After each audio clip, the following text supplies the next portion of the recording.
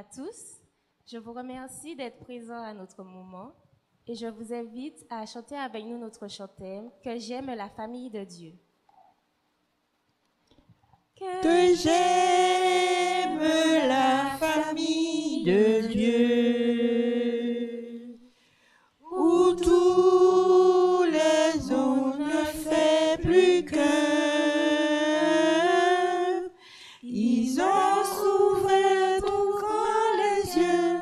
Je suis heureux d'être des leurs dans cette famille de Dieu. Inclinons-nous pour la prière. Notre Dieu, notre Père, nous voulons te louer, te bénir, te rendre grâce et gloire pour ce que tu es, pour ce que tu as déjà fait, ce que tu feras encore pour nous. Merci Seigneur pour cette partie de la journée passée sur ton regard béni. En cet instant, tu nous vois à tes pieds. Nous vous demandons pardon pour nos imperfections. Que ce moment de méditation, de cette réunion soit entre tes mains. Qualifie-nous, Seigneur, et permets que chacun de nous puissions recevoir la puissance de l'Esprit Saint afin que ton œuvre, que nous puissions vraiment savoir que tu es à nos côtés, que tu es avec nous. Remplis-nous de ta force, remplis-nous de ta sagesse, remplis-nous de ton amour. Nous te prions non que nous sommes dignes, mais au nom béni de Jésus et pour ta gloire et ta gloire seule. Amen. Amen. Bonjour. Le département de la famille vous souhaite une cordiale bienvenue. En effet, aujourd'hui, nous allons aborder les thèmes du mariage, de la famille et des parents. Encore une fois de plus, bienvenue à vous, internautes. Nous allons aborder le thème sur la famille. Nous vivons à une époque où la famille est en train de s'étioler. C'est bien dommage, car c'est une œuvre qui vient de Dieu. Le mariage a perdu sa valeur et tout est à l'envers. Maintenant, nous allons essayer, par quelques mots, de remettre en place, de redonner sa valeur à la famille et aux parents. Alors, je vais d'abord vous présenter l'équipe du département famille que nous formons cet après-midi. À l'église d'Oreb, il y a Erika et Nathanaël qui sont là pour représenter les jeunes d'une famille. Ensuite, il y a Nadia et Thierry, c'est le couple de la famille.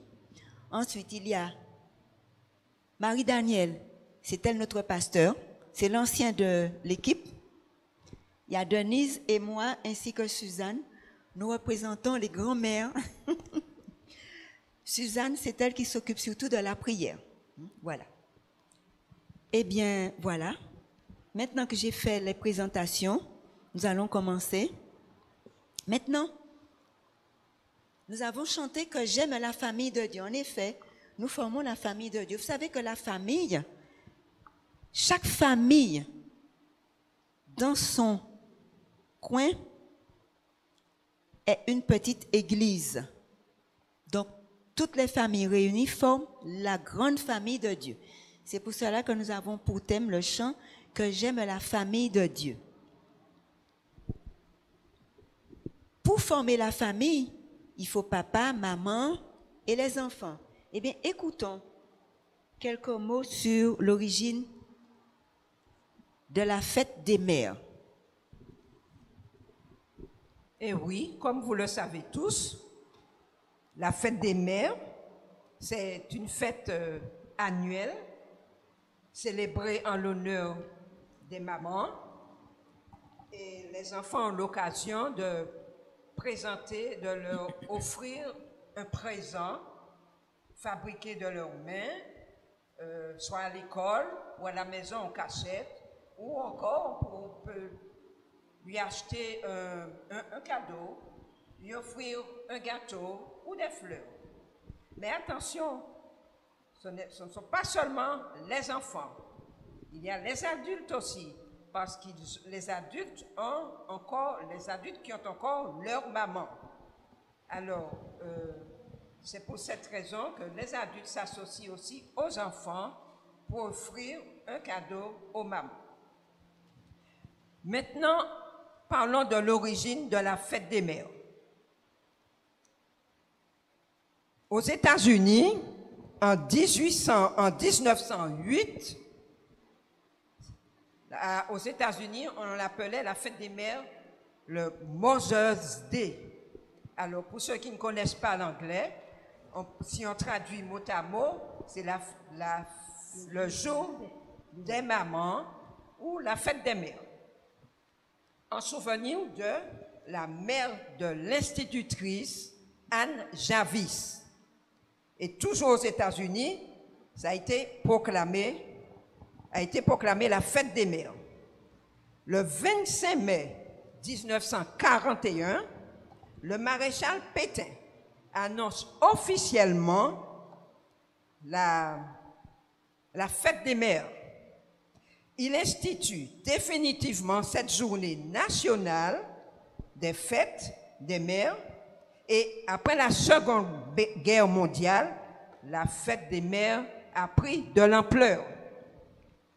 Le 24 mai 1950, le président de la République, Vincent Auriol, promulgue un texte de loi instituant la fête des mères. Les Belges ont choisi le deuxième dimanche du mois de mai.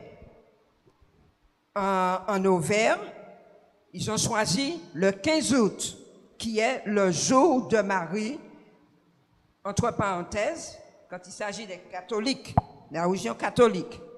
En Angleterre, c'est le 4e dimanche de Carême.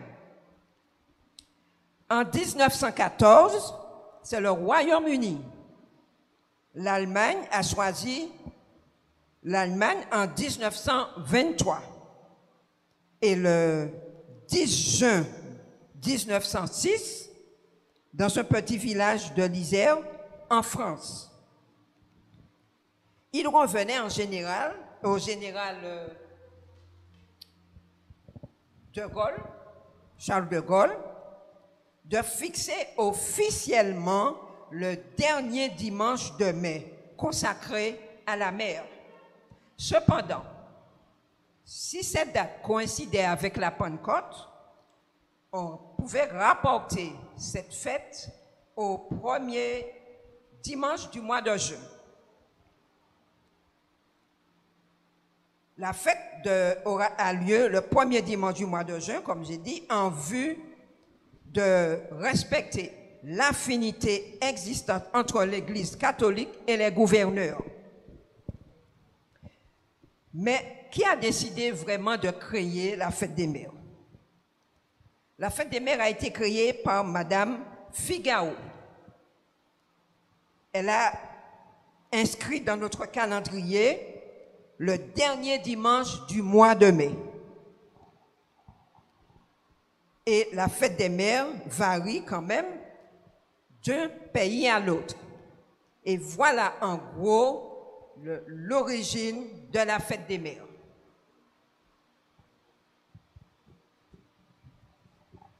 Merci à Denise pour le récit qu'elle vient de nous faire concernant l'origine de la fête des mères. Maintenant, à quel moment devient-on maman? Qui est-ce qui peut répondre? À quel moment devient-on maman? Dès qu'on a des enfants, un enfant ou deux, on est déjà maman. Cela veut dire qu'une femme qui n'a pas eu d'enfant ne peut pas être maman. Elle peut être maman si elle s'occupe des enfants, elle peut s'occuper d'enfants d'autres voisins, Mais oui. d'amis, de parents. À l'église, par exemple, la maman de l'un, c'est la maman de l'autre aussi. Toutes les mères de l'église sont les mamans de tous les enfants de l'église. Donc, on est maman dès lors qu'on s'occupe des enfants, même si on ne l'a pas enfanté, mais on s'en est occupé. On a éduqué l'enfant, on l'a élevé. Donc, on est maman. Eh bien, écoute un petit poème sur les mamans avec Erika. À ma mère, tu m'as aimé, tu m'as guéri, tu m'as donné dans tes alarmes. Avec ton lait qui m'a nourri, tant de chair baisée, tant de larmes. Pour toi, j'ai pu vivre et penser. Tu fus ma nourriture et mon ange. Et moi, pour te récompenser, qu'ai-je à te donner en échange? Je n'ai rien lorsque c'est mon tour.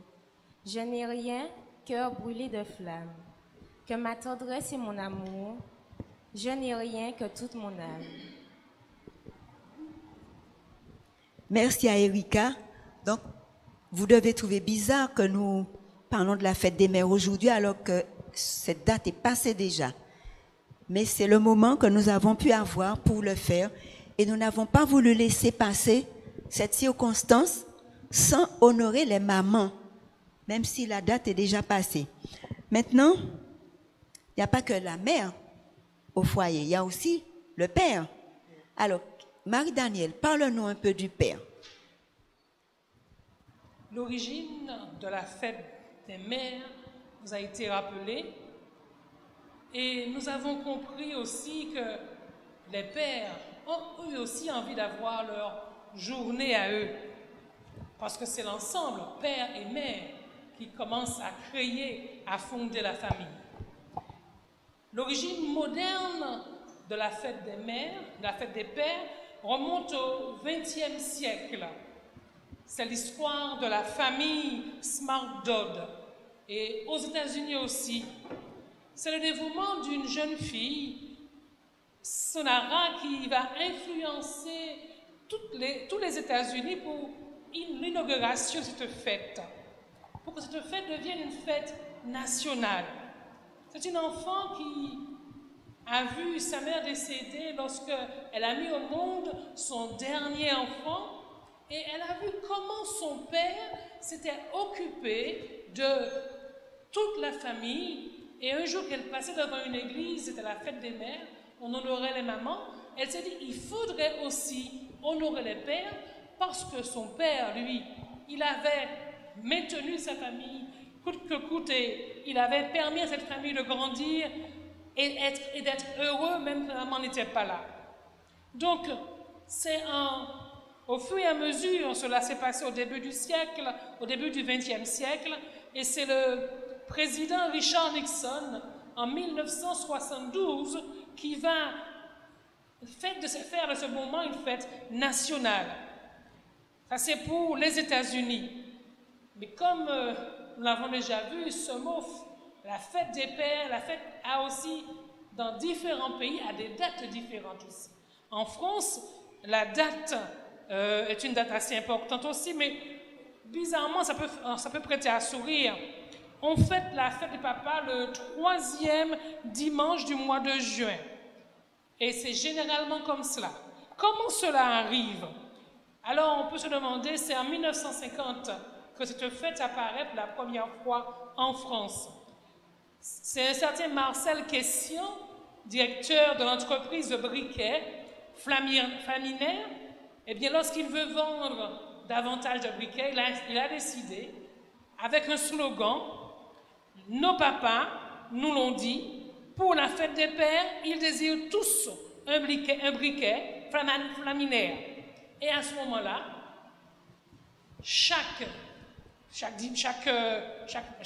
3e dimanche, eh bien, la publicité va revenir et en 1952, la fête des pères sera officiellement instaurée en France et on va toujours garder ce 3e dimanche du mois de juin pour la fête des pères. Et mais on se rappelle aussi que chaque jour, chaque pays va avoir la date pour fixer la fête des pères. Dans beaucoup de pays, c'est effectivement le 3e dimanche du mois de juin. Dans d'autres, ça va être au mois de mars. Parce que, vous savez, l'Église catholique n'a pas attendu qu'en 1950 ou bien qu'au début du siècle, on ait pensé à la fête des pères. C'est la fête, on va retenir comme fête des pères le jour de la Saint-Joseph. Et cela va permettre à l'Église d'honorer, de reconnaître Joseph comme le père qui a élevé Jésus, mais aussi, par la même occasion, eh bien, cela va permettre aussi d'honorer tous les autres, tous les pères de la terre et tous les pères chrétiens à ce moment-là. Donc on se rappelle que dès le Moyen-Âge, l'Église catholique va commencer à instituer cette fête, d'abord sous la fête de Saint-Joseph, mais les fêtes civiles que l'on connaît aujourd'hui apparaissent essentiellement au début du XXe siècle. Merci Marie-Danielle, mais ce n'est pas tout. Tu as parlé de l'origine de la fête des pères, mais tu n'as pas parlé du rôle des pères. Et puis, s'il y a papa, maman, il y a les enfants. Alors, peux-tu nous parler aussi des enfants? Parce que auparavant, bien sûr, les parents ont autorité sur les enfants, mais souvent, les parents corrigeaient rapidement et quelquefois même indûment. Cela s'est produit. Donc, les enfants étaient quelque peu traumatisés. Maintenant, comme on a donné aux enfants leurs droits, les enfants ont pris le dessus et les parents, maintenant, sont traumatisés. Et les enfants exercent des droits. Alors, nous aimerions, Marie-Danielle, que tu mettes les choses en place pour tout le monde. Parle-nous un peu de cela. Le rôle des pères et puis le droit et devoir des enfants. Le rôle des pères a évolué tout au niveau de l'histoire.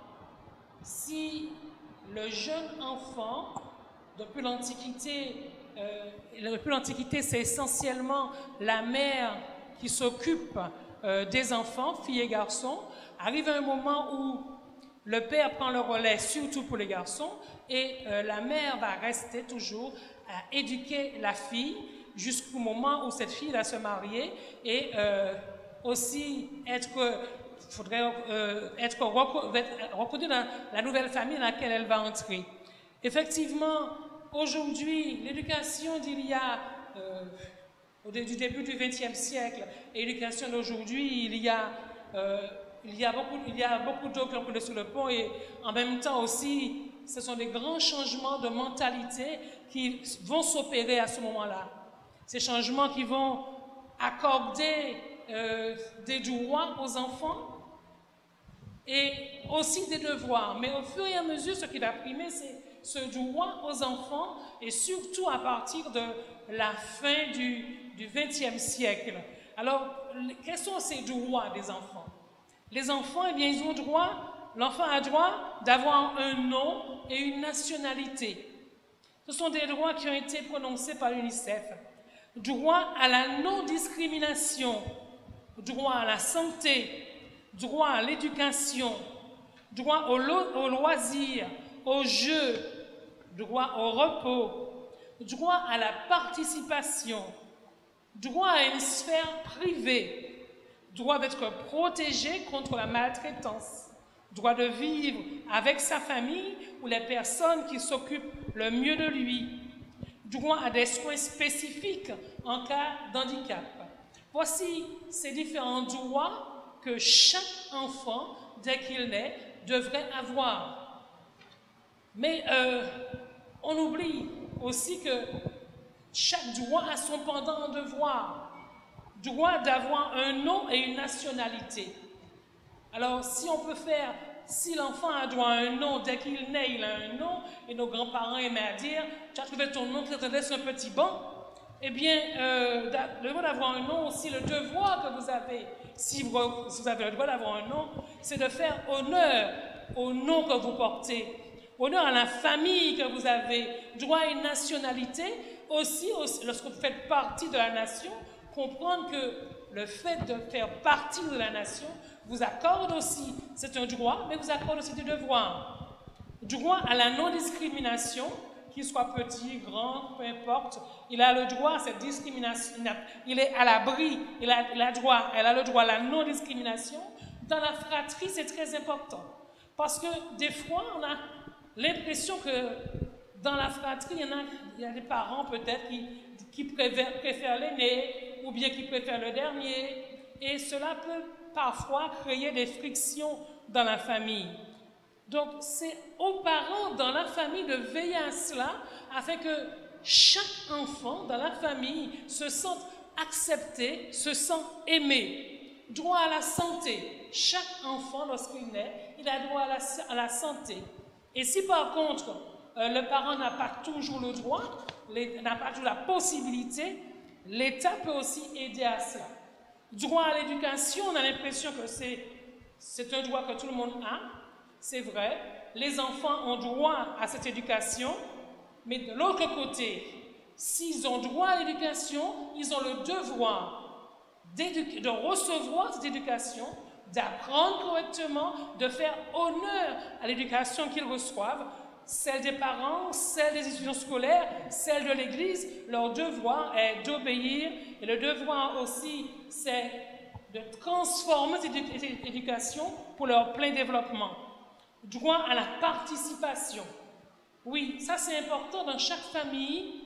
Si l'enfant a droit à la participation, eh bien, il a le devoir aussi de communiquer avec ses parents, de dire parfois ce qui ne va pas, de savoir le dire aussi.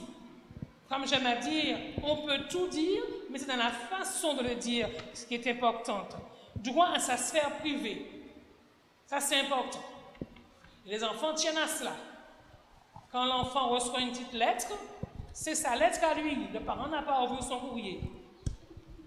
Mais le devoir de l'enfant aussi de l'autre côté, eh bien, c'est d'informer aussi ses parents. Mais tout cela se fait automatiquement si dans ce foyer, on arrive à construire la confiance nécessaire. Si l'enfant se sent épanoui, c'est tout seul, sans que vous ayez à lui demander, qu'il vienne à vous dire « J'ai vu que tu as reçu un petit courrier, qu'est-ce qu'il t'a écrit, qu'est-ce qu'il t'a dit ou qu'est-ce qu'elle t'a dit ?» Surtout quand les enfants arrivent à l'adolescence. C'est leur sphère privée, c'est leur jardin secret qu'il faut apprendre à respecter, parents. C'est vrai que nous avons tendance à vouloir couver coûte que coûte, quoi que coûte, mais laissons à nos enfants cet espace dont ils ont besoin. Droit d'être protégés contre la maltraitance. Ça, c'est aussi un fait important. Pourquoi est-ce important? Parce que ce n'est pas seulement la maltraitance à l'extérieur. La maltraitance peut se produire à la maison aussi. Le devoir que l'enfant a face à cela, c'est le premier devoir que si les parents doivent veiller à l'épanouissement de leurs enfants. Marie le disait il y a un instant, des fois, dans beaucoup de foyers avant, mais l'enfant ne le vivait même pas comme une maltraitance. Les enfants étaient battus parfois très sévèrement. Aujourd'hui, l'État va jusqu'à interdire les corrections physiques, la punition physique, mais nous avons besoin de comprendre aussi que si l'État interdit cela, en tant que parents, nous avons d'autres moyens pour éduquer, former nos enfants. Parce que le fait d'enseigner, de former nos enfants avec la violence, les maintient dans un climat de violence aussi. Nous avons besoin de reconstruire, de repenser notre société pour ne pas arriver jusqu'à la maltraitance. Droit de vivre en famille. Si l'enfant a le droit de vivre en famille, c'est un droit que lui reconnaît l'ONU aujourd'hui, c'est un droit que lui reconnaît l'État français. Le devoir qu'il a à ce moment-là, c'est le devoir d'obéir à sa famille. Le devoir d'obéir à sa famille, parce que l'enfant, on est enfant de 0 à 18 ans. Après, eh bien, il devient un adulte, et on a envie de dire qu'il n'a pas de compte à rendre à personne. Et encore, ce n'est pas si évident que cela. Alors, il doit respecter les règles de la vie commune. Et si vous voulez que l'enfant respecte ces règles de la vie commune dans la maison, à la maison, dans le foyer, c'est ensemble, à un certain âge, c'est ensemble qu'il faut construire cette vie, qu'il faut construire cette charte de la famille. Respecter la loi parce que l'enfant est responsable devant la loi aussi. Quel que soit son âge, l'enfant est responsable de ce qu'il fait devant la loi. Bien sûr, ses parents, à un moment, ses parents vont répondre de lui, mais l'enfant a le devoir de respecter ses parents, le devoir de respecter les autres, parce qu'en cas de problème, le préjudice lui revient à lui, mais lui revient aussi à ses parents qui, eux, auront aussi à payer jusqu'à un certain moment. Alors, il a l'obligation de rendre compte de ses gestes, de ses actes. Alors, il est bien dit, et c'est vite dit, que l'enfant a des droits, mais je pense que nous avons compris qu'à côté de chacun de ces droits, il y a un devoir aussi pour l'enfant, un devoir qui s'impose à l'enfant. Donc, la famille, père, mère, cette cellule avec les enfants, eh bien, en ce début du XXIe siècle, nous avons besoin de comprendre que si on doit construire, continuer à cheminer ensemble, c'est très tôt qu'il faut inclure l'enfant dans cette communauté familiale afin que ce qu'on construit soit construit avec lui, pour lui, mais jamais, essayons au plus que possible dans les familles de l'inclure dans les discussions. Adaptons ces discussions à son âge, mais n'arrivons pas avec l'idée de toujours imposer, ce ne sera pas toujours facile. Et puis rappelons-nous que Dieu est là, Dieu est celui qui veut nous aider afin que nous puissions permettre à nos enfants, eux aussi, de fonder leur famille. Je pense que maintenant nous sommes au clair sur ce que c'est que le droit des enfants et leur devoir surtout, parce qu'ils oublient souvent leur devoir. Leur premier devoir, c'est le respect, comme Marie-Danielle a dit. Et si je puis dire, voilà, la famille devient le lieu d'éducation où l'enfant apprend le respect. Donc si à la maison, l'enfant respecte ses parents, automatiquement, il va respecter ses éducateurs à l'école et les éducateurs à l'église. Et si s'il en est ainsi, eh bien, à l'église, le respect sera de mise. Non seulement le respect, mais le partage.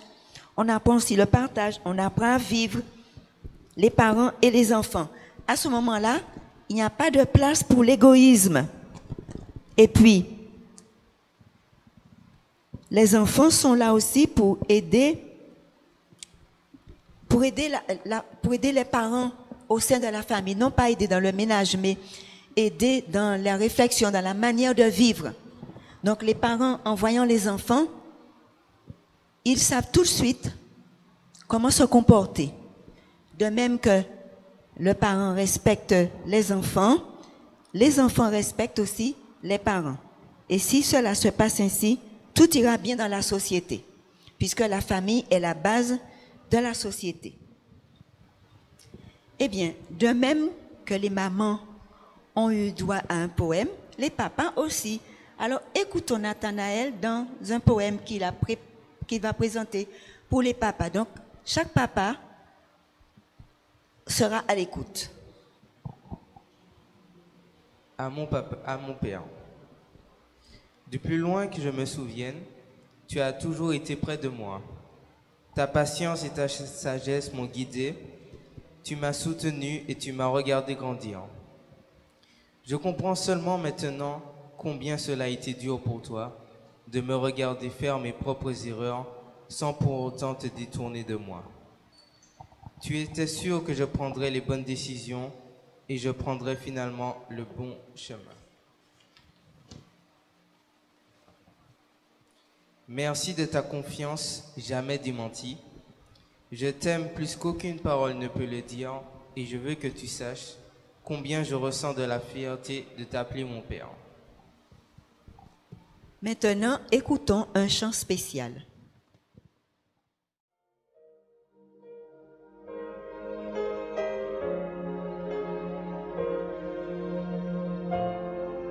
En entrant dans ce lieu, l'avez-vous senti la chaleur de sa lumière, de son esprit? C'est la présence du Seigneur qui siège dans la louange, sa majesté, le roi des rois. Dieu remplit ce lieu de sa gloire. Nous avons soif de sa présence. Dieu remplit ce lieu de sa gloire, alors que nous l'adorons. Dieu remplit ce lieu de sa gloire.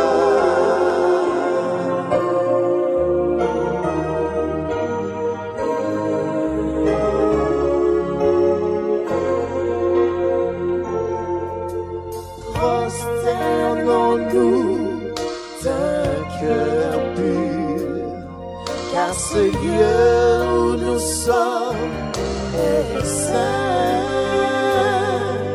Laissons entrer dans nos cœurs la présence du Seigneur, sa majesté, le roi des rois.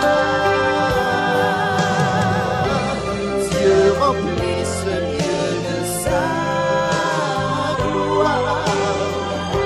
Nous avons soif de sa présence. Dieu remplit ce lieu de sa gloire.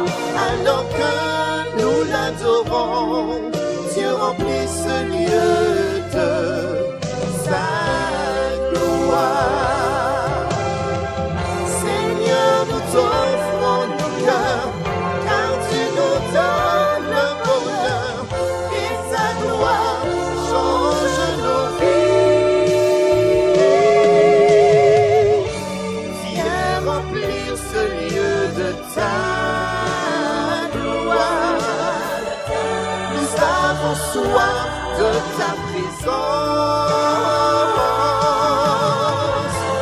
Viens remplir ce lieu de ta gloire, alors que nous t'adorons. Dieu remplit ce lieu de sa gloire. Nous avons soif de ta présence. Dieu remplit ce lieu de sa gloire, alors que nous l'adorons. Dieu remplit ce lieu de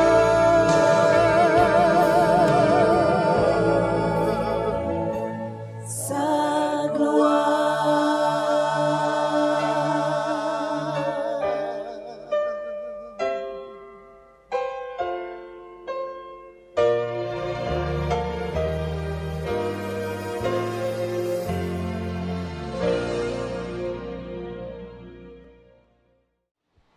Comme je disais au début, chaque famille représente une petite église, une petite communauté. Mais les familles réunies forment la grande famille de Dieu, donc c'est l'église. De même que les enfants respectent les parents à la maison, ils doivent respecter les éducateurs à l'église. Et ainsi, tout va bien. Maintenant, nous allons voir comment s'est constituée la famille. Et je vais vous le lire dans la Bible, au chapitre de Genèse 1, verset 27, où il est dit, Dieu créa l'homme à son image, il le créa à l'image de Dieu, il créa l'homme et la femme. Ce qui signifie que l'homme et la femme, c'est déjà la base de la famille. Dieu les bénit et Dieu leur dit, soyez féconds, multipliez, remplissez la terre. Alors, on pourrait lire autrement. Je vais vous le lire autrement. Dieu les maria et il leur dit, faites des enfants, remplissez la terre avec ces enfants. Donc, il n'a pas dit les enfants puis le mariage, mais le mariage d'abord. Alors, Thierry, peux-tu nous dire quelque chose à ce sujet? L'ordre dans lequel Dieu a prévu les choses, le mariage, les enfants, et pourquoi? Nul n'est besoin de vous dire et de vous rappeler que Dieu est saint. En lui, il n'y a ni fraude, ni détour, ni même aucun écart entre ce qu'il dit et demande et ce qu'il fait. C'est la raison pour laquelle, avec lui, tout est clair. C'est un Dieu d'ordre depuis la création. il a tout fait dans l'ordre. Il a donné aussi des prescriptions.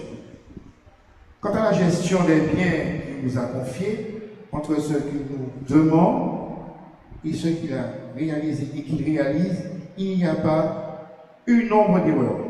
Enfin, il a tout prévu et ordonné pour que l'homme soit heureux dans ce monde qu'il a organisé. N'est-ce pas merveilleux? Oui. C'est lui qui a organisé ce monde. Oui. De ce fait, il a posé lui-même la base de la famille pour que celle-ci soit comme un coin du ciel sur la terre. Excellent. C'était là son désir quand il a dit d'abord le mariage, puis les enfants. Voici l'origine de la famille voulue par Dieu. C'est ce qu'on lit dans le verset que tu viens de citer, Marie. Oui. Genèse 1, verset 27. Un homme, une femme, la rencontre, les fiançailles, puis le mariage. Et comble de tout, les enfants comme bénédiction. Donc la famille telle que Dieu l'a instituée devient le reflet du caractère même de Dieu. Que veux-tu dire par le reflet du caractère même de Dieu, Thierry? Dieu est amour. Il a donc institué la famille ayant pour base le mariage pour qu'au sein de la famille, l'homme expérimente cet amour sur terre. Merci beaucoup. J'espère que tout le monde est au clair, surtout les jeunes qui se fréquentent, les fiancés. Prenez note, le mariage, puis les enfants. Maintenant, qu'est-ce qui caractérise la bonne marche au sein de la famille? Est-ce que quelqu'un peut dire? Qu'est-ce qui caractérise la bonne marche au sein d'une famille? Alors, je dirais en fait tout d'abord le respect. Oui. Aussi, nous avons la patience. Il faut qu'on arrive à, je dirais encore un mot qui me cher, le vivre ensemble et mettre Dieu toujours au milieu de la famille. Après ça, nous avons aussi le socle, toujours la prière. Et comme j'aime à dire aussi à mes enfants, le ciment de notre foyer, c'est toujours de se respecter, de se comprendre. Oui. Merci. Et puis, moi, j'ajouterai le pardon, parce que l'un peut offenser l'autre, ne serait-ce que par, je ne dirais pas par erreur, mais ça peut arriver. Mais le pardon peut tout corriger. Et aussi, excuse-moi, mais aussi l'amour. Surtout, alors là, s'il n'y a pas d'amour, cela ne se peut. Avec l'amour, tout marche. L'amour par-dessus tout. Et puis la prière. J'aurais bien aimé entendre Suzanne au sujet de la prière au sein d'une famille. Oui, en effet, la prière est une communication avec Dieu. Communier, c'est une relation dans laquelle deux personnes partagent un point commun. La prière conduit l'homme plus près de Dieu. Sans le partage d'un point commun, il n'y a pas de communion entre deux personnes. Il y a un verset que nous aimons beaucoup. C'est le verset de 2 Chroniques au chapitre 7, au verset 14, qui dit « Si mon peuple, sous qui est invoqué mon nom, s'humilie, prie et cherche ma face, et s'il se détourne de ses mauvaises voies, je l'exaucerai des cieux, je lui pardonnerai son péché et je guérirai son pays. » Nous avons bien vu qu'il y a une condition, le si au départ. Dans la Bible en français courant, il nous est dit « Si alors mon peuple, le peuple à qui j'ai donné mon nom, s'humilie et prie, si les Israélites me cherchent en renonçant à leur mauvaise conduite, moi, dans le ciel dit l'Éternel, je serai attentif, je pardonnerai leurs péchés et je rétablirai la prospérité de leur pays.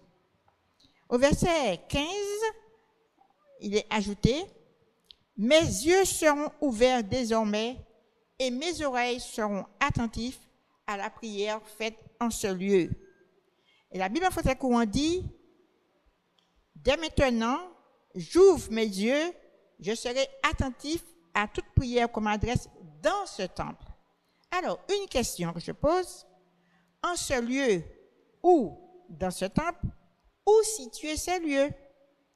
Est-ce là où nous trouvons en ce moment à l'église?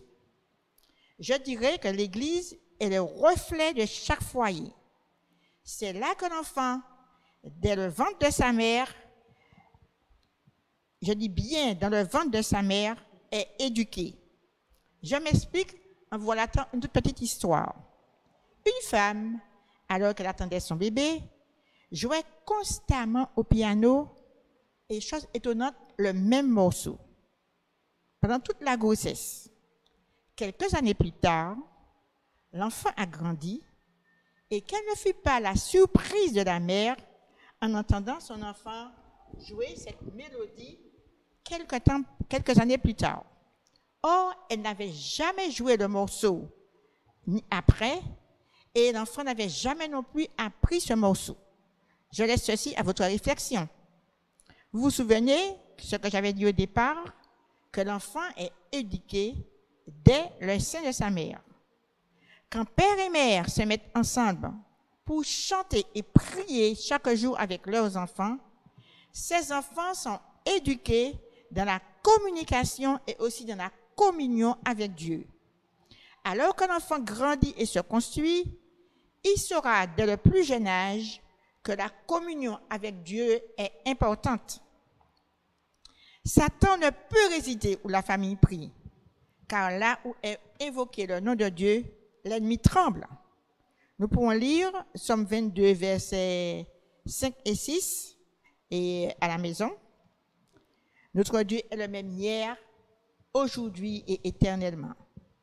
Quand les membres répandent leur cœur devant Dieu et que ces membres créent des groupes de prière, l'Église est revivifiée, car l'Église est le reflet des membres du foyer. Voici 4 principes de prière qui transforment la vie, tirés du livre « Ranime-nous Seigneur » de Mark Finley. Si nous adoptons ces 4 principes et que nous les appliquons, Dieu répandra son esprit sur nous en abondance. Notre vie spirituelle sera vivifiée et Dieu nous utilisera comme un catalyseur pour produire un réveil dans nos foyers, nos écoles, nos lieux de travail, nos quartiers et surtout nos églises locales. Chaque jour, nous devons réserver un moment pour être seul avec Dieu. Ce moment de calme où vous êtes en présence de Dieu doit être une priorité absolue. Alors, voici les 4 principes: l'adoration, la confession, les actions de grâce et la justification et la supplication. Alors, l'adoration, commencez votre moment de prière par un temps d'adoration et de louange. Louez Dieu pour ce qu'il est et qu'est-ce qu'il signifie pour vous. Nous pouvons lire Psaume 22, verset 4 et Psaume 66, verset 2. La confession. Demandez à Dieu d'humilier votre cœur et de vous révéler tout ce qui, dans votre vie, n'est pas en harmonie avec sa volonté. On a un thème et cette année, transforme-moi Seigneur. Nous devons le dire, Seigneur, transforme-moi. Confessez ouvertement les attitudes, les habitudes, les pratiques non chrétiennes dont il vous fait prendre conscience. La confession ouvre à l'œuvre puissante du Saint-Esprit dans notre vie. Il est dit que les disciples ont sondé profondément leur âme juste avant la Pentecôte. Alors, action de grâce, pensez à des choses très précises que Dieu a fait pour vous récemment et remerciez-le. Vous pouvez lire Éphésiens 5, versets 18 à 20. Et la supplication, Dieu aime que nous venons à lui avec nos requêtes, comme des petits-enfants dépendant de leur Père céleste. Le père et la mère qui prient peuvent provoquer d'incroyables transformations dans la vie de leurs enfants. De même pour le mari et la femme qui prient pour leur couple, pour les membres d'église qui prient pour leur communauté.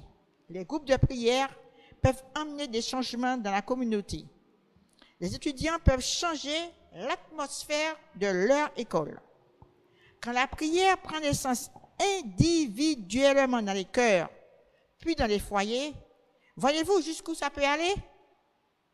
L'héritage des géants de la prière tels que Moïse, Joseph et Daniel, pour ne citer que cela, prouve que des personnes qui prient changent leur cours de l'histoire.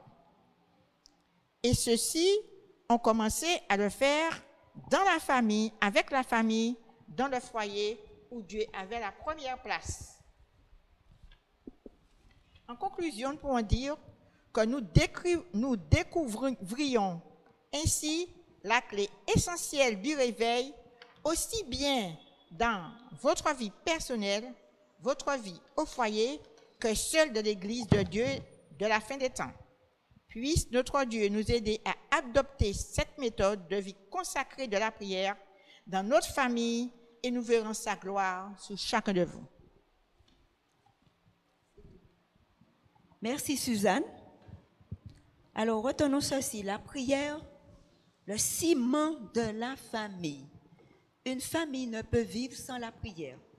Et nous avons vu déjà par rapport à ce que nous a dit Marie-Danielle et ce que je vous ai dit aussi, puis ce qu'a dit Thierry concernant le mariage voulu, tel que Dieu l'a voulu, les enfants sont un héritage du Seigneur. Qu'en pensez-vous? Oui, les enfants sont un héritage du Seigneur. Donc, gardons les valeurs familiales. Elles viennent de Dieu. Ne les mettons pas de côté. Maintenant, Dieu a célébré le premier mariage. L'homme d'abord qu'il a créé, ensuite la femme. Cela signifie que l'homme devient le chef. Attention, il est le chef, mais non pas le dompteur de la famille. Hein. Ça, il y a beaucoup d'hommes qui se trompent. Et comme Dieu a dit que l'homme est le chef de la femme, alors l'homme pense qu'il peut corriger la femme comme il l'entend. Ce n'est pas ça. Le chef de la famille, c'est-à-dire celui qui subvient aux besoins, comme nous a dit Marie-Danielle tout à l'heure dans son exposé sur l'origine de la fête des pères et surtout sur le rôle des pères. Ensuite, le foyer bien tenu selon Dieu, avec la prière comme ciment, peut être une lumière au sein de la société. La famille, n'est-ce pas la base de la société? Mais bien sûr, s'il n'y a pas de famille, il n'y a pas de société. Donc, les enfants viennent donc comme une bénédiction. Donc, apprenons à cultiver les bons principes pour donner à la famille toute sa valeur, c'est-à-dire celle que Dieu lui a donnée. C'est pour cette raison que Dieu a béni le mariage.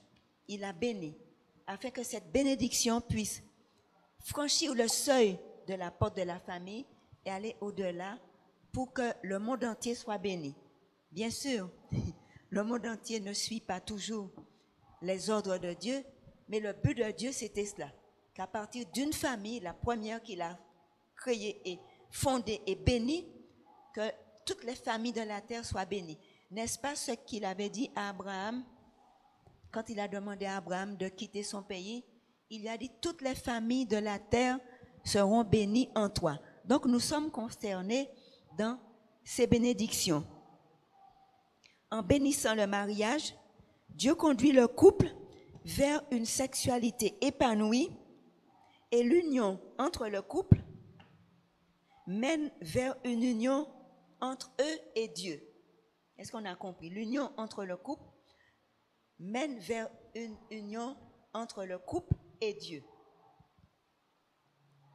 D'ailleurs, c'est Cantique des Cantiques au chapitre 4, verset 8, jusqu'au chapitre 5 qui le dit. Hein?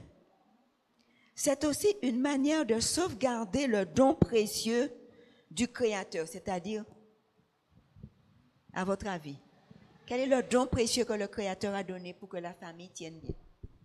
C'est l'amour. C'est un don que Dieu a fait. L'union dans le couple doit refléter l'image de la divinité. La divinité ne forme un espace, ce que Jésus avait dit dans sa prière sacerdotale. Je veux que eux, c'est-à-dire le monde, ceux qui aiment Dieu, soient un comme moi, je suis un en toi.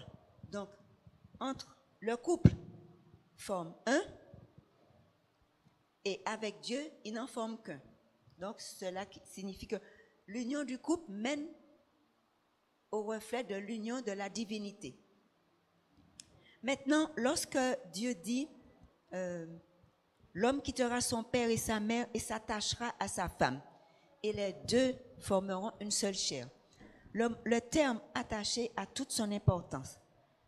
Attaché a gardé son sens hébreu qui signifie coller au point où, si on veut décoller, il y aura déchirement. C'est pour ça que quand un couple ne s'entend pas et qu'il se sépare, automatiquement c'est un déchirement.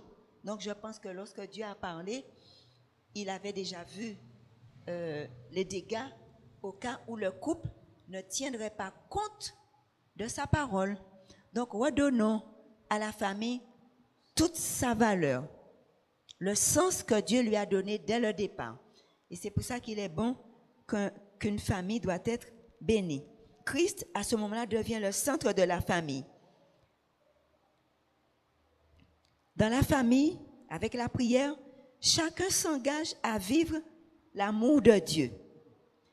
Et la famille a été fondée pour expérimenter cet amour que Dieu a fait comme don à l'homme.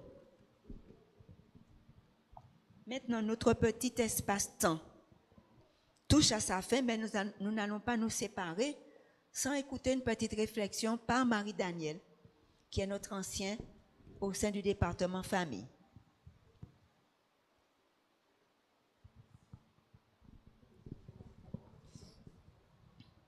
Après les différentes réflexions, les différents échanges que nous avons eus, je crois que nous avons compris que cela était nécessaire, l'importance de la famille. Alors, quelques réflexions, quelques citations comme cela. La famille est le noyau de la civilisation. La famille, on l'a dit et répété cet après-midi, la famille s'appuie sur l'amour et la société sur la famille. C'est dire l'importance que revêt cette famille, le rôle de la famille. C'est important pour nous. C'est d'autant plus important que nous vivons aujourd'hui des temps difficiles, des temps solennels, des temps où Dieu nous appelle à construire, parfois sur des ruines. Combien de familles résisteront ou résistent à l'épisode, parce que je vais croire que c'est un épisode, à l'épisode Covid. Ce moment est là pour nous rappeler que nous avons besoin de nous reconstruire dans nos familles. La société avait fait que nous nous étions éloignés parce que nous avons désappris à faire famille. Lorsqu'on part, tout le monde part à 7 h du matin et tout le monde retourne à la maison à 18 h, à quel moment faisons-nous famille? La famille a besoin aujourd'hui de se reconstruire. Se reconstruire parce que le fait parfois de s'être retrouvé 24 heures sur 24, dans parfois 40 mètres carrés, ceux qui avaient la chance d'être en maison individuelle pouvaient se retrouver dans le jardin de temps en temps. Mais je pense que cela n'a pas été facile dans toutes les familles. On avait besoin, certaines familles ont eu besoin de se redécouvrir. Mais quelle que soit l'époque où nous vivons, rappelons-nous que malgré les difficultés, malgré les problèmes que nous rencontrons, la famille reste un rempart dans le monde dans lequel nous sommes. Et Dieu veut compter sur nous pour relever ce défi, afin que Marie et femme puissent redevenir amants l'un pour l'autre, confidents l'un pour l'autre, puissent retrouver les premiers moments, se les rappeler, décider que, eh bien, la situation, la société, les temps difficiles n'auront pas raison de notre union. Nous nous sommes dit oui à un moment, ce oui, c'est un oui pour l'éternité. Ce n'est pas facile, mais qui a dit que ça pouvait être différemment? Nous avons besoin aujourd'hui de nous tourner vers notre Dieu qui nous fait cette promesse. J'ai institué la famille et ce que j'ai institué est bon, est bien, est correct. Donc, je veux que vous sachiez que je suis là pour vous aider. J'aime l'histoire que j'avais lu un moment dans un livre qui disait que Dieu se sentait tellement bien en famille, Dieu le Père, Dieu le Saint-Esprit et Jésus, qu'ils ont voulu eux aussi faire connaître à l'homme qu'il avait créé qu'est-ce que cela signifie de vivre en famille, de former un en étant trois. C'est quelque chose que nous n'avons pas essayé que nous ne comprenons pas. La Trinité, avons-le, été au-dessus de notre intelligence, mais si c'est Dieu qui le veut ainsi, par la foi, acceptons-le et essayons aussi de faire corps dans notre famille, que l'un puisse compter sur l'autre, que l'un puisse savoir, parce que tu es là, j'ai la force de faire face à demain, j'ai la force de supporter les cris de l'enfant, j'ai la force de comprendre l'adolescent qui des fois c'est pas toujours facile et se rebelle, surtout dans ces moments difficiles. Dieu a institué la famille pour que nous puissions dans chaque famille former un aussi. Et former un, et c'est comme pour Dieu aussi, un dans le pluriel. C'est-à-dire chacun avec ce qu'il est apporte ce qu'il a pour que nous puissions ensemble cheminer sur l'éternité. Je peux dire, et je remercie le Seigneur pour cela. C'est vrai que c'était au XXe siècle. Au XXIe siècle, tellement de choses ont changé. Mais je crois que je veux remercier Dieu pour le plus beau cadeau qu'il m'a offert dans la vie. Eh bien, c'est ma famille. J'ai eu la joie de grandir dans une famille aimante, une famille qui m'apportait la paix, la sérénité, la tranquillité. J'ai eu ce privilège. Vous savez, c'est bien grande, je devais avoir 12-13 ans, que j'ai compris que ce n'était pas offert à tout le monde d'avoir des parents pour les aider, pour les encadrer, pour être là avec eux. Et cela m'a fait beaucoup de peine de découvrir qu'il y avait des familles, il y avait des enfants qui souffraient. Nous n'étions pas riches.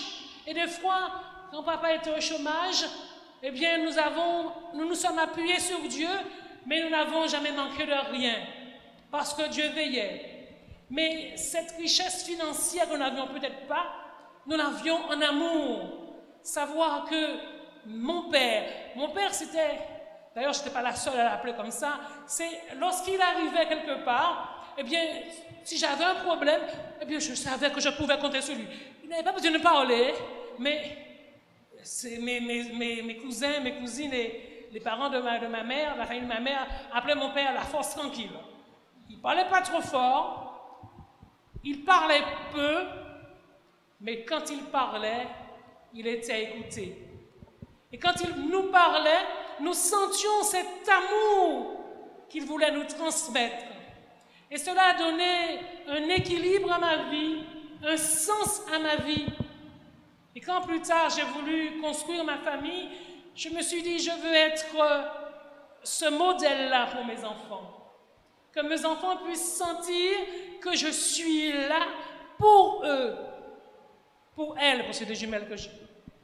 Que je veux qu'elles puissent compter sur moi, mais les élever en se disant que aujourd'hui, le pilier, le socle est là, mais la famille dans laquelle j'ai grandi, c'est un espace où nous apprenons, où nous devons aussi apprendre à regarder à demain et que nous puissions apprendre comment nous pouvons aussi, lorsque nous aurons quitté notre famille, la famille ne doit pas nous enfermer, mais elle est là pour nous donner des forces afin que nous puissions être au service des autres et au service aussi de notre foyer que nous pourrons construire plus tard.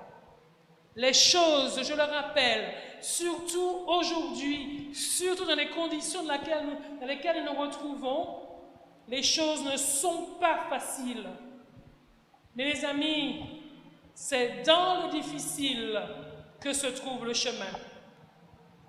Il est encore temps, quelle que soit, j'ai envie de dire, la dérive dans laquelle vous avez l'impression que votre famille allait se diriger, il est encore temps de redresser la barre. Il est encore temps qu'individuellement, chaque membre de la famille puisse dire « Je décide aujourd'hui de faire famille ». Il est important, mes amis, de le comprendre. Il est important pour cela que nous puissions réfléchir et décider qu'aujourd'hui commence une nouvelle route, qu'aujourd'hui je veux sauver ma famille. Parce que si la famille disparaît, que restera-t-il?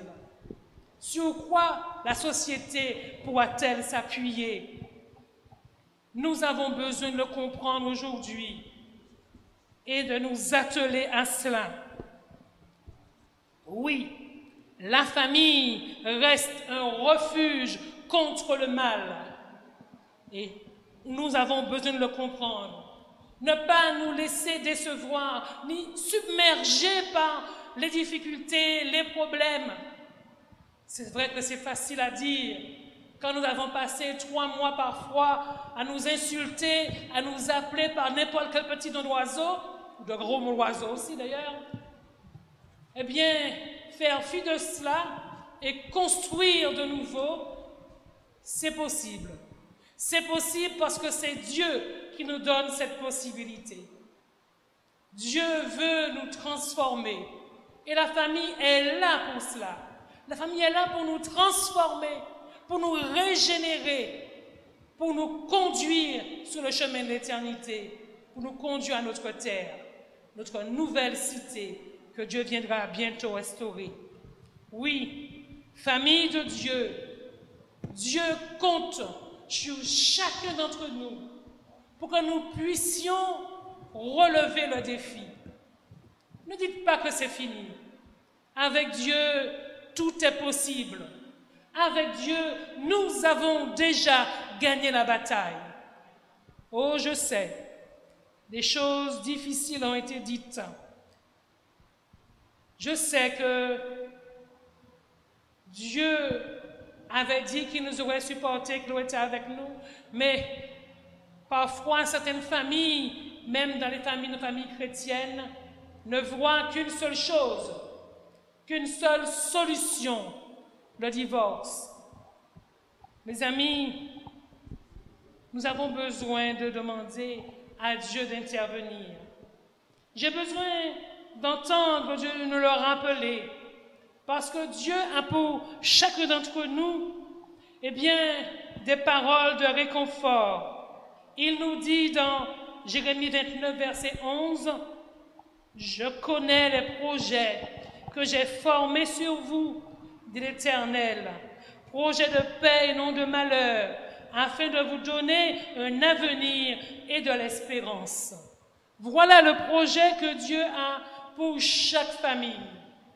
Et c'est pourquoi que je peux dire que tout n'est pas terminé. Qu'aujourd'hui, le tremplin sur lequel nous sommes, malgré les difficultés, doit nous permettre de nous projeter vers l'avenir, avec notre époux, notre épouse, avec les enfants qu'il nous a donnés.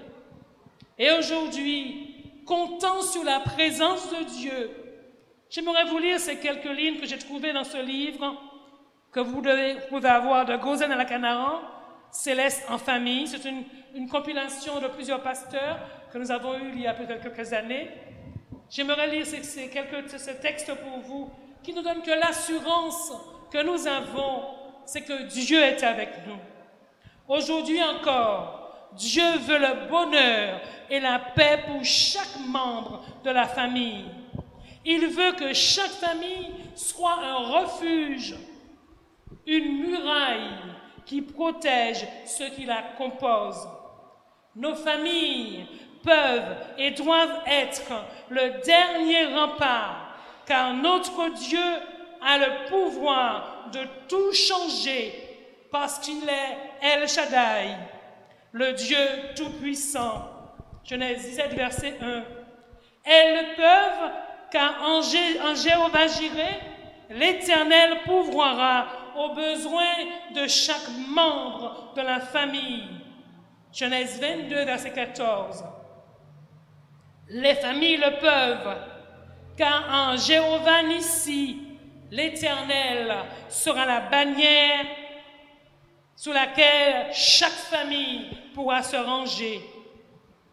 Elles le peuvent, car Jéhovah Raha, l'Éternel, veut être le berger de la famille, et nos familles ne manqueront de rien. Oh, nous ne manquerons pas de l'essentiel. Sachez que quoi qu'il arrive, Dieu est là pour nous supporter, nous secourir. Même si nous avons l'impression que nous sommes arrivés au bout, eh bien, Dieu lui-même pourra rajouter de la route pour nous emmener à l'éternité.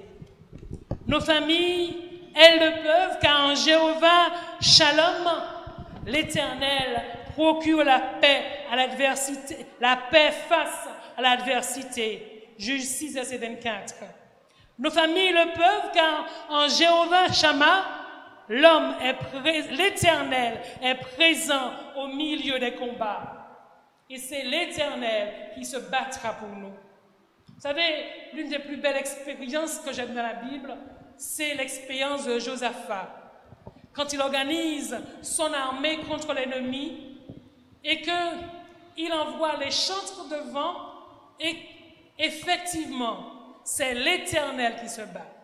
Déposons aux pieds de notre Maître, déposons à ses pieds nos difficultés, nos combats, nos soucis, et soyez sûrs que lorsqu'on s'approche de lui, il n'éteint pas, il ne brise pas le roseau cassé, il n'éteindra pas la mèche qui brûle encore. Oui, notre Dieu est là.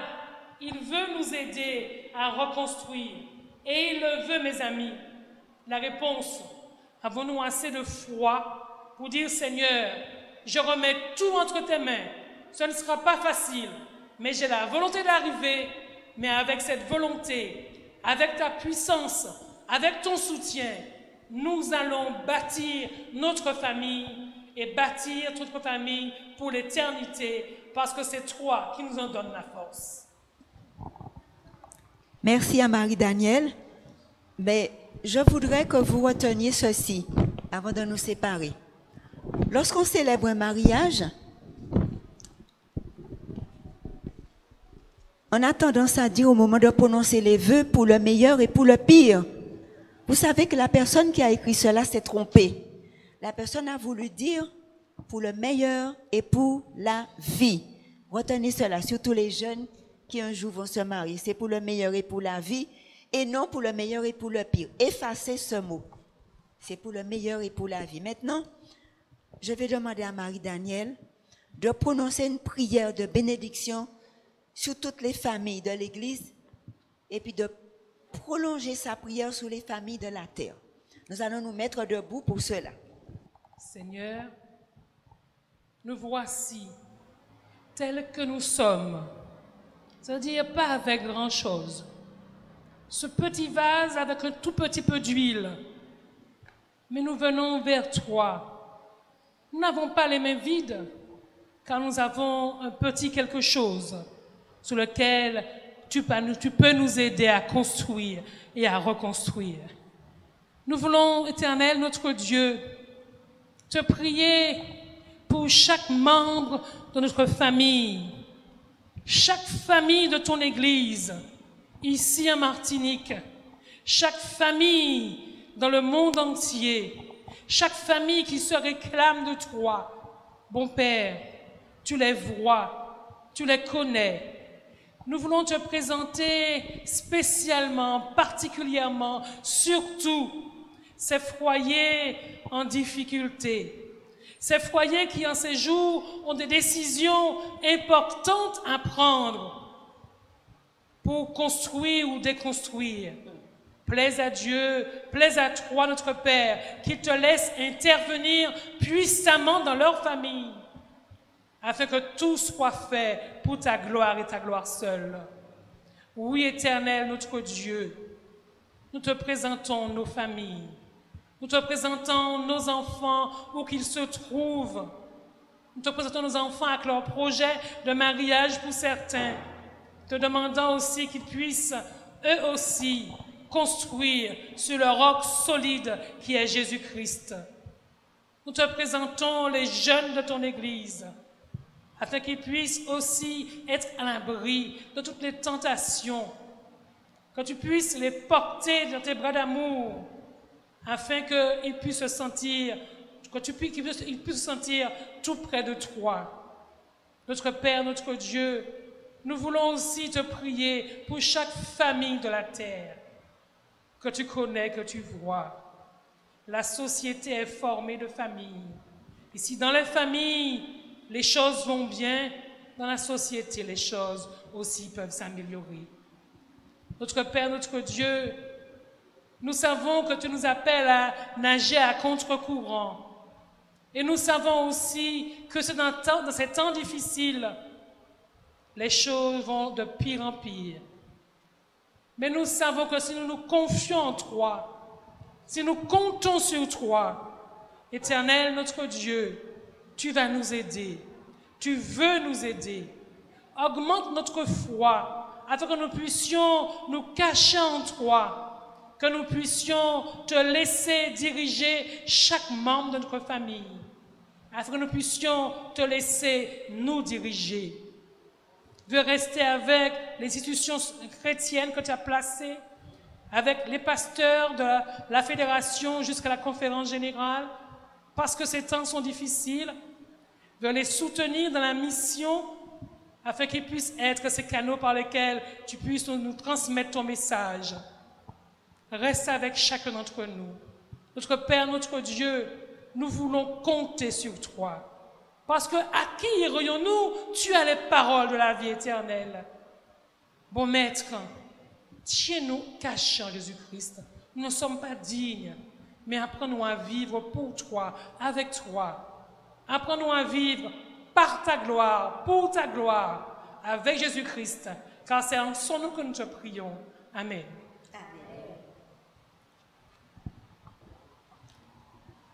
Eh bien, avant de nous quitter, je veux remercier chacun déjà de l'équipe, chaque personne de l'équipe qui a voulu m'accompagner dans ce petit moment d'émission. Et je remercie les techniciens et particulièrement les internautes qui nous ont écoutés. Que Dieu vous bénisse tous. Et puis, retenez ceci, demandez à Dieu d'être au milieu de votre famille, de telle sorte que toutes les familles puissent tenir bon jusqu'au bout. Que Dieu vous bénisse.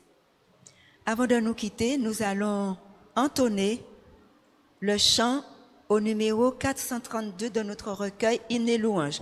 On est bien à la maison, juste le premier couplet, avec Erika. On est bien à la maison quand règne l'amour. Le joie est dans chaque son quand règne